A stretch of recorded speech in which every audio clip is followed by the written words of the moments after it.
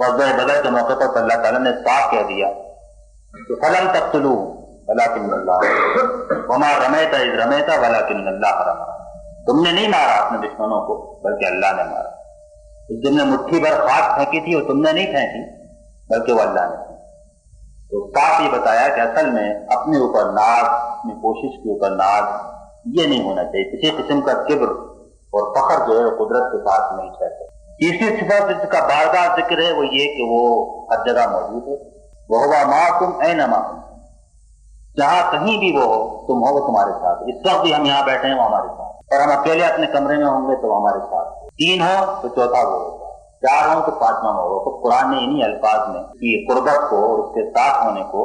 اسی تشبیہ سے واضح کیا ہے۔ یہ مت سمجھو کہ تم اکیلے ہو یا دو ہو یا تین ہو، بلکہ ہمیشہ ایک زائد وہ موجود ہے۔ نحن اقرب الیہ من حبل الورید، ہم تو جس طرح خون جو کہ تم سے قریب ہے، اس کے عدد میں گردش کرتا ہے، اس سے زیادہ قریب ہم تمہارے ساتھ ہیں، اور جو دل میں اٹھنے والے خیالات ہیں ہم ان سے بھی واقف ہیں، اور ان میں سے کوئی چیز سے چھپی نہیں، علیم بذات الصدور۔ تو یہ علم صرف علم نہیں بلکہ اس کی قربت اور اس کا ساتھ ہونا، یہ تیسری چیز ہے کہ جو اس کے بارے میں ہمارے معرفت میں شامل ہے۔ اور چوتھی بات یہ ہے کہ اس سے کوئی بڑا نہیں ہے، اس کی کبریائی ہر کبریائی کے اوپر غالب ہے۔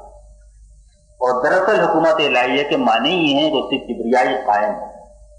اللہ نے اپنے نبی کو جب سب سے پہلے یہ فریضہ سپرد کیا تو انہی الفاظ میں سپرد کیا تھا، وَرَبَّكَ فَكَبِّرْ، اور اپنے رب کی کبریائی کرو، اس کی کبریائی کی طرف بلاؤ، اس کی کبریائی کی دعوت دو، اس کی کبریائی کو قائم کرو، اس لیے کہ اس سے بڑا کوئی نہیں ہے، وہی سب کو تھامے ہوئے ہے، اور وہی ہر چیز اسی کے اوپر منحصر ہے، کوئی چیز اپنی کوئی حقیقت نہیں رکھتی۔ یہ چار چیزیں ہیں کہ جو اس کی صفات میں سے میں نے منتخب کی، جو قرآن میں بار بار ذکر ہے، حدیث میں ذکر ہے، جن کا ذکر ہوتا ہے، اور بھی بہت ساری ہیں اور ہم سب کا احاطہ یہاں پر نہیں کر رہے، لیکن یہ چار ایسی ہیں کہ جن کو بار بار اگر ہم سامنے رکھیں، اختیار کریں، تو اس سے ہمارا عمل، ہمارا علم، ہمارے دل کی صحت، تندرستی، اس کا ایمان اور راہ حق میں ہماری کوششوں کے اندر جان پڑ سکتی ہے، اور ہم بہت سارے فتنوں سے محفوظ رہ سکتے ہیں۔ اگر یہ معلوم ہو جائے قدرت سے اسی کے پاس ہے، نفع نقصان سے اسی کے ہاتھ میں ہے، کسی مخلوق کے ہاتھ میں کچھ نہیں ہے، صرف اگر لا حول ولا قوت الا باللہ پر ہی آدمی کا ایمان ہو جائے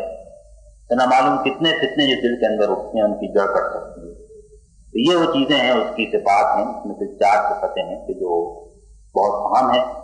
اور ویسے ہر صفت اہم ہے، میں گستاخی کا مرتکب نہیں ہو رہا کہ کوئی صفت اہم ہے اور کوئی کم اہم ہے،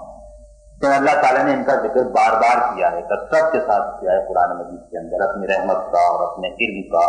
اور اپنی قدرت کا اور اپنی ہر چیز کے اوپر غالب ہونے۔ میں نے کبریائی کا لفظ استعمال کیا ہے، قرآن میں اس کی بہت ساری تعبیریں ہیں اور مختلف الفاظ میں اس کو بیان کیا ہے۔ میں نے کبریائی کا لفظ اس لیے منتخب کیا ہے کہ اذکار میں اس کو اللہ اکبر ہی کے ذریعے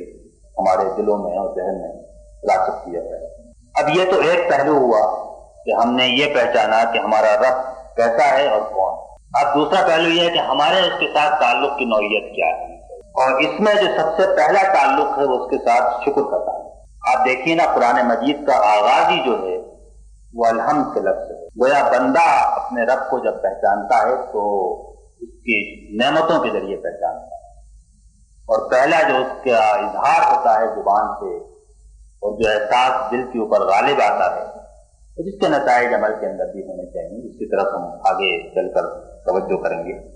وہ شکر کا احساس ہے، اس کی تعریف کا احساس ہے۔ وہ معرفت الہی کا اور قرب الہی کا اور اللہ کے ساتھ تعلق کا اور اس کے ایمان کا پہلا قدم، اس کی ساری بنیاد، اس کا پہلا درس جو ہے وہ شکر ہے۔ اور یہی قرآن کی اگر آپ دعوت کے اوپر غور کریں تو اس نے سب سے پہلے شکر کی دعوت دی، اور شکر کو اس نے بندگی کی بنیاد بنایا ہے کہ اللہ کی بندگی کرو تاکہ تم شکر ادا کر سکو۔